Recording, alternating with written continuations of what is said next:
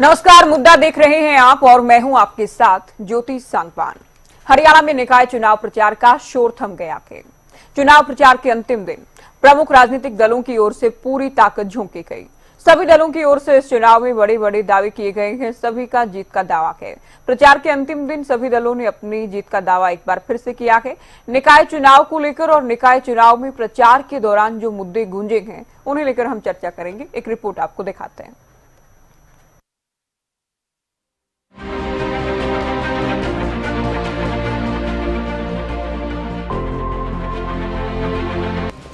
निकाय चुनाव के लिए प्रचार का शोर अब थम चुका है।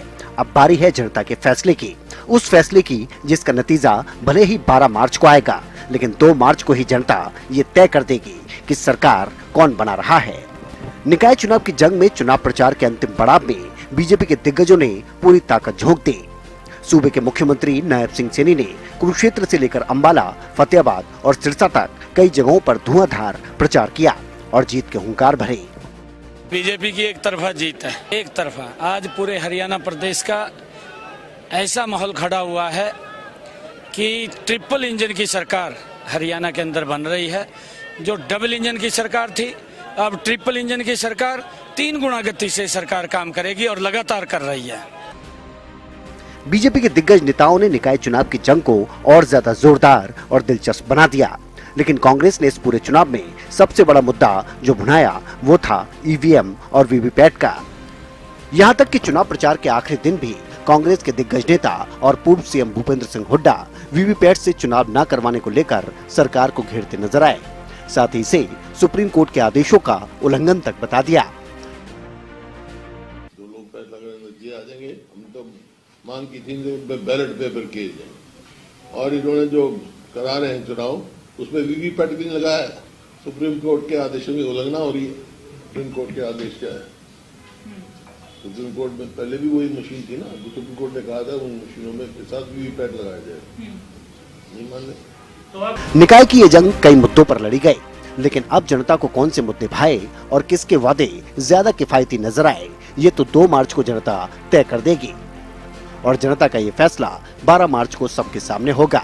बहरहाल चुनाव प्रचार थमने के साथ ही जिम्मेदारी अब जनता और प्रशासन की बढ़ गई है। जनता ने जहां 2 मार्च को मतदान कर अपना फर्ज निभाना है, तो उधर प्रशासन की जिम्मेदारी है कि प्रदेश में शांतिपूर्ण तरीके से चुनाव संपन्न हो पाए। News desk, Haryana news.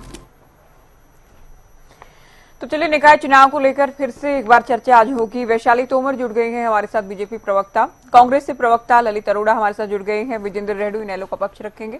आप तीनों का चर्चा में बहुत स्वागत है। शुरुआत बीजेपी से करते हैं।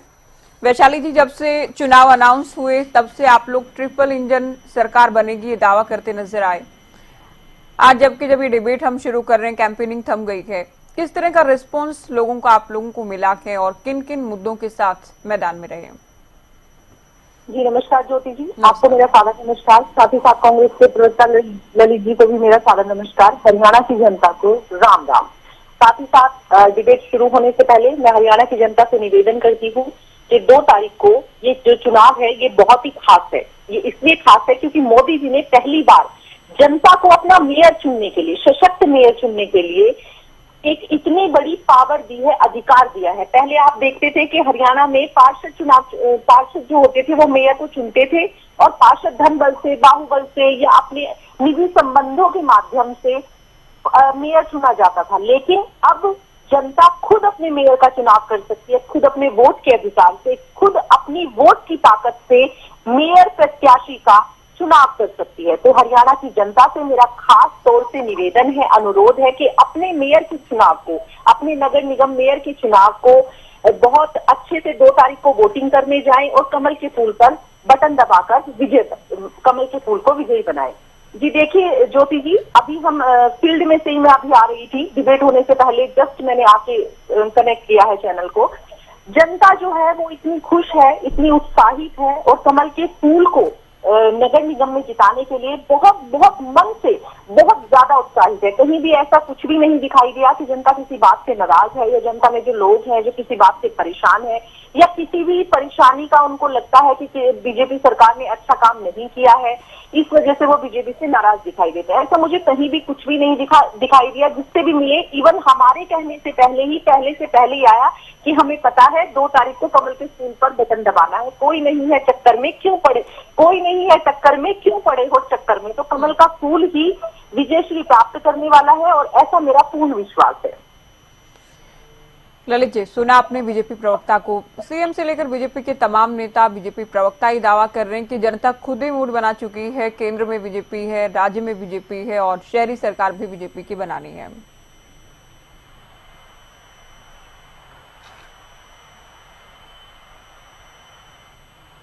ललित जी, आप हैं क्या फोन लाइन पर?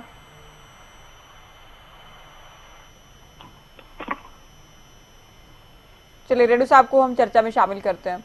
रेड्डी साहब, आप लोगों ने भी, क्योंकि मैदान में है इनेलो भी, आप लोग भी चुनाव लड़ रहे हैं, बीजेपी के अपने दावे हैं, कांग्रेस में हुड्डा साहब भी कह रहे हैं हम अच्छा मुकाबला लड़ रहे हैं। आप लोगों को, क्योंकि आज प्रचार थम चुका है, किस तरह से अलग अलग मुद्दों को लेकर जनता के बीच आप गए हैं और क्या कहना रहा जनता का? क्योंकि ट्रिपल इंजन का दावा बीजेपी के पास है, कांग्रेस ये कह रही है हम सत्ता में आते आते ईवीएम को लेकर जिस तरह से निशाना साधते हैं कि लोगों की जो नाराजगी है वो इस बार खुलकर सामने आएगी और हम जीत हासिल करेंगे। आप लोगों का क्या दावा रहा?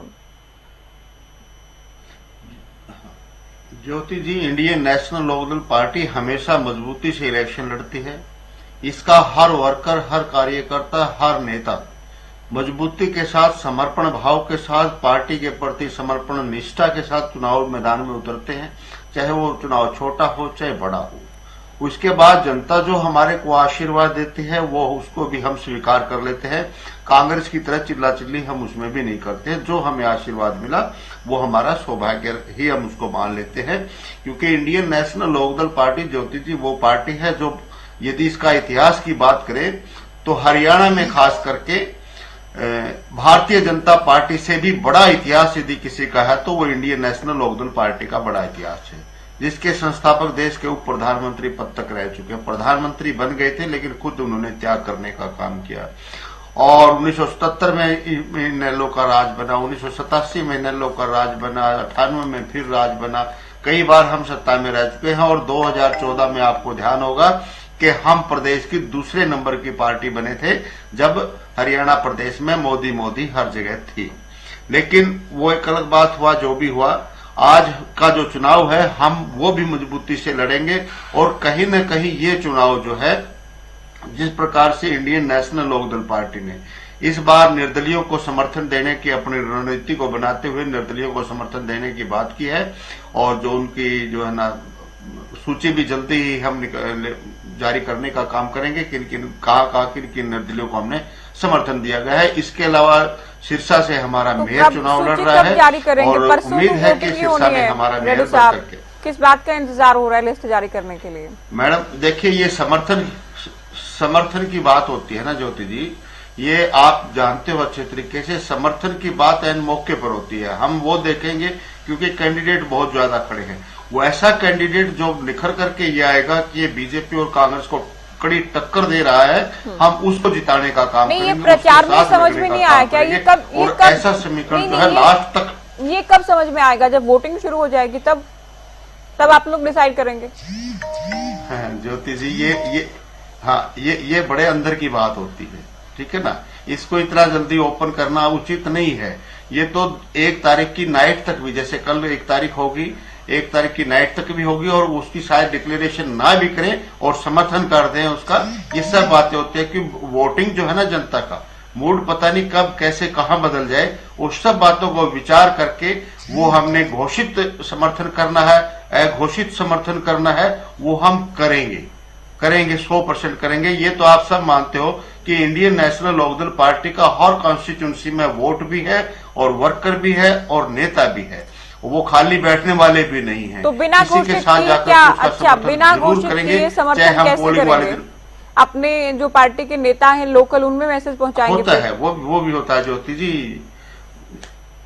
जी, चुनाव में बिल्कुल होता है और वो सबसे ज्यादा इफेक्टिव भी होता है। अघोषित जो समर्थन होता है वो सबसे ज्यादा इफेक्टिव होता है। अपने लोगों को बुला करके, मीटिंग लेकर के, टेलीफोन के जरिए या फिर अपने जो हमारे ग्रुप होते हैं, व्हाट्सएप ग्रुप है, सोशल मीडिया ग्रुप है, उसके थ्रू मैसेज दिया जाता है कि भाई इसकी मदद करो, नहीं तो कोई ना कोई और उसमें बाधा डाल सकता है। हर तरीके से हम इस चुनाव में बड़े गंभीर हैं और बड़े अच्छे से चुनाव लड़ेंगे। दूसरी बात, कांग्रेस के प्रवक्ता चलो नहीं जुड़े ललित अरोड़ा जी, कोई टेक्निकल फॉल्ट रहा होगा उनका और शायद अब वो सुन भी रहे होंगे। कांग्रेस पार्टी तो इस चुनाव में है ही नहीं। आप अभी कह रहे थे कि दोनों राष्ट्रीय दलों ने बड़ा ताकत लगाई है, कांग्रेस की तो ताकत कहीं दिखाई नहीं दे रही है। देखिए, जितने 10 मेयर के चुनाव हैं, मेरे ख्याल से ये इन सभी में इन्होंने प्रचार भी नहीं किया है। इक्का दुक्का छोड़कर के कहीं प्रचार के लिए इनके नेता नहीं गई, और इससे नीचे के लिए प्रचार की तो बात ही छोड़ दीजिए। जब मेयर के चुनाव में या चेयरमैन के चुनाव में इनका संपूर्ण यदि सभी में हो ये प्रचार के लिए गए हों तो मुझे बताने का काम करें।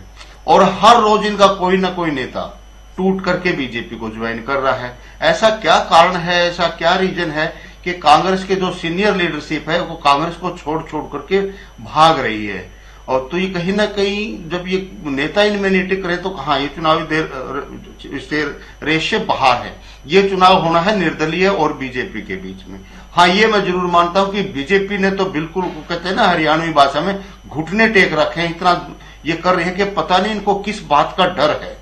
हर जगह पार्षद के चुनाव में भी गली गली में इनके नेता धक्के खा रहे हैं, प्रचार के लिए जा रहे हैं, कर रहे हैं वो धक्के खा रहे हैं, जो कैंपेनिंग नहीं कर रहे हैं वो सीरियस ले रहे चुनाव को। रेणु साहब कमाल कर रहे हैं आप भी आज। चलिए, मैं कांग्रेस को चर्चा में जोड़ रही हूँ। अभी ललित जी हमारे साथ जुड़ गए हैं। 11 साल ललित जी, बीजेपी ज्योति जी 11 साल से सत्ता में है, और 5 सेकंड और दोगे मेरे पास? बोले 11 साल से सत्ता में है, और 11 साल से सत्ता वाला आदमी ये कहता है कि हम ये कर देंगे, हम ये कर देंगे, हम ये कर देंगे। भाई 11 साल में आप नहीं कर पाए तो आज आप पर कौन भरोसा करेगा कि आप कर दोगे? ठीक है, कैसे भरोसा कर लेंगे कि हम कर देंगे? आपकी सरकार है, आपने किया नहीं, अब कह रहे हो हम करेंगे। भाई 11 साल में आप किया नहीं, आप कैसे करें? इसलिए इनको डर सता रहा है कि कहीं इस चुनाव में हमारी किरकिरी ना हो जाए। ठीक है, हम कांग्रेस को चर्चा में अब जोड़ रहे हैं। ललित जी, सीएम साहब ये कह रहे हैं 0 पर आउट होने वाले हैं आप लोग। इनेलो प्रवक्ता ये कह रहे हैं मुकाबला ही बीजेपी और निर्दलियों के बीच में है, कांग्रेस है ही नहीं कहीं पे। देखो, मैं इनेलो वालों की तो स्थिति पे मुझे अब हंसी भी नहीं आती है कि इनको इनकी हरेक बात में दोहरापन और झलकता, क्लैरिटी ही नहीं है। बोला हम 28 तारीख आज आ गई है, अंदरूनी तौर पे सोशल मीडिया से सपोर्ट करेंगे। अरे 5,75,000 तो टोटल वोट लिए आपने विधानसभा में, और सपोर्ट कहां करोगे? आपके जहां एमएलए वहां चुनाव भी हो रहा है कि नहीं, ये भी बता दो हमें। फजूल की बातें हैं, ना कोई इनके पास मेंबरशिप है इस इलाके में, ना कोई इनके वोट्स हैं, ना इनके नेता हैं कहीं पे। इक्का दुक्का कोई होगा तो होगा, और कांग्रेस को कोसने में लगे रहते हैं।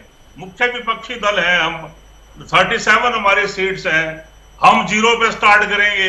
अरे भाई, अभी तो मैच शुरू हुआ है, 2 तारीख को वोटिंग होगी, आप कह रहे हो 0 पे आउट करेंगे। ये कौन सी क्रिकेट खेलते हो आप? कोई ऐसा भी मैच होता है जो 0 पे खत्म हो गया हो? आज तक कोई ऐसा मैच बताओ जब एक टीम ने 0 बनाए हो? क्रिकेट का पता नहीं है, गली स्लिप पॉइंट का पता नहीं। ये सीएम ने कहा है ललित जी कि दिल्ली में 3 बार 0 पर आउट हुए, हरियाणा में भी करेंगे। ये दिल्ली का हवाला दे रहे हैं। नहीं, दिल्ली में 0 पे आउट हुए, यहाँ ये दिल्ली के चुनाव हो रहे हैं, निकाय चुनाव के 6, मतलब टोटल जो है, मैं आपको बता दूं, मैं कल भी बोला था 644 वार्ड में चुनाव है, ठीक है, और हम 0 ले जाएंगे और भाजपा 644 की 44 ले जाएगी। अपना आंकड़ा बता दो फिर आप कि हम 644 ले जाएंगे, और कौन सा तंत्र मंत्र यंत्र चला के ले जाएंगे ये भी बता देंगे। ऐसा नहीं है, चुनाव में एक पार्टी हारती है, जीतती है, लेकिन हर जगह। अब इसमें आप कहते हो उधर से तो के निर्दलीय जीतेंगे। भाई, जब निर्दलीय जीतेंगे तो फिर दूसरे दलों वाले भी जीतेंगे।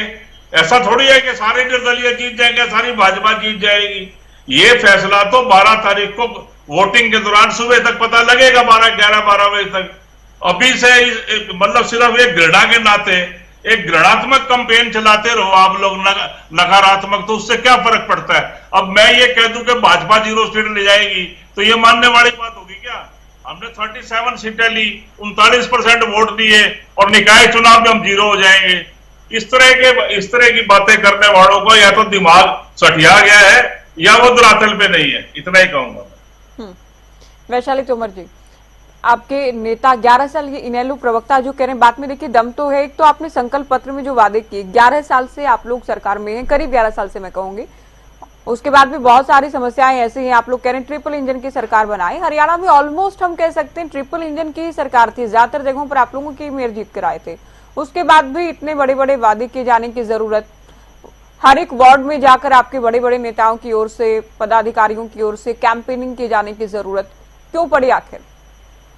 देखिए ज्योति जी, मैं इनेलो के प्रवक्ता जी का जवाब देना चाहूंगी। एक्चुअली हमारे यहाँ पर आप देखें, चुनाव को उत्सव की तरह मनाया जाता है। हमारे मोदी जी भी कहते हैं, हमारे जो नेतृत्व है पार्टी के, वो कहते हैं कि चुनाव जो है वो एक उत्सव है। उस उत्सव में परिवार के सभी सदस्य साथ देते हैं। और दूसरी बात क्या है, हम बीजेपी पार्टी में आपने देखा कि किस तरह से सामान्य से कार्यकर्ता को उठाकर मुख्यमंत्री बना दिया जाता है।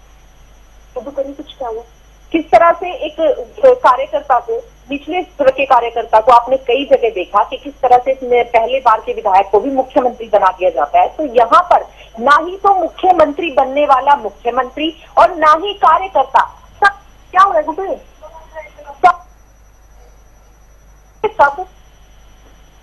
सब एक है और सब पार्टी के उत्थान के लिए कार्य कर रहे हैं। तो यहाँ पर ये देखना कि कौन बड़े नेता पार्टी के चुनाव प्रचार में आ रहे हैं, कौन कंपेनिंग में आ रहे हैं, ये इनके यहाँ पर इस तरह का रवैया होगा कि कार्यकर्ता और बड़े नेताओं में अंतर देखा जाता होगा। हमारे तो मुख्यमंत्री भी आपने देखा कि किस तरह से कार्यकर्ताओं से मिलते हैं और किस तरह से सामान्य व्यवहार वो करते हैं जनता से, किस तरह से उनका कनेक्ट करने का, किस तरह से उनका नेचर है। तो और रही बात ये कि 10 वर्षों से सरकार में है भाजपा सरकार, और उनको क्यों इतने बड़े बड़े वादे करने की जरूरत आ गई। देखिए, समस्याओं का समाधान कभी पूर्ण रूप से हो जाए ऐसा कभी नहीं हो सकता। 10 वर्षों से सरकार कार्य कर रही थी, तभी जनता ने भाजपा सरकार को चुना और तभी वो सरकार में आ पाई है भाजपा सरकार। आप देखिए कि क्या किस तरह से पहले गलियों की किस तरह से सड़कें देखी जाती थी, किस तरह से गलियां देखी जाती थी, किस तरह से नालियों की व्यवस्था थी, किस तरह से बारिश होती थी, पानी रुक जाता था। हर चीज पे काम हो रहा है। उसको पूर्ण रूप से उसके निदान के लिए आगे भी सरकार जिम्मेदारी से प्रतिबद्ध होके काम करेगी, ये संकल्प पत्र में कहा गया है। पहले से आपने देखा कि मोदी जी ने नारा दिया था, ना खाऊंगा ना खाने दूंगा। तो आज हर चीज को एक पोर्टल के माध्यम से, जैम पोर्टल के माध्यम से ऑनलाइन कर दिया गया है।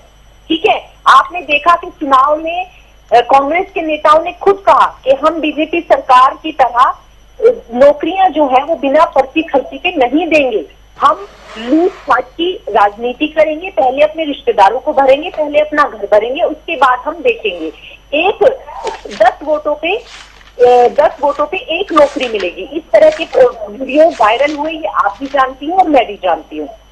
ठीक है, तो काम हो रहे हैं और बहुत अच्छे से काम हो रहे हैं। जनता के हित की सरकार है भाजपा सरकार, ये जनता जान रही है। तभी आप देखें कि किस तरह से महाराष्ट्र में, किस तरह से दिल्ली में, किस तरह से हरियाणा में जनता भाजपा को चुन रही है, क्योंकि भाजपा में जनता को अपना भविष्य दिखाई दे रहा है और समस्याओं का निदान और विकास इतनी गति से हो रहा है भाजपा सरकार में, ये भी जनता पूर्णतया मान चुकी है। आपने देखा कि इनेलो के प्रवक्ता ने खुद कहा कि कार्यकर्ता किस तरह से भाजपा का कार्यकर्ता घर घर गली गली तक पहुंचा है।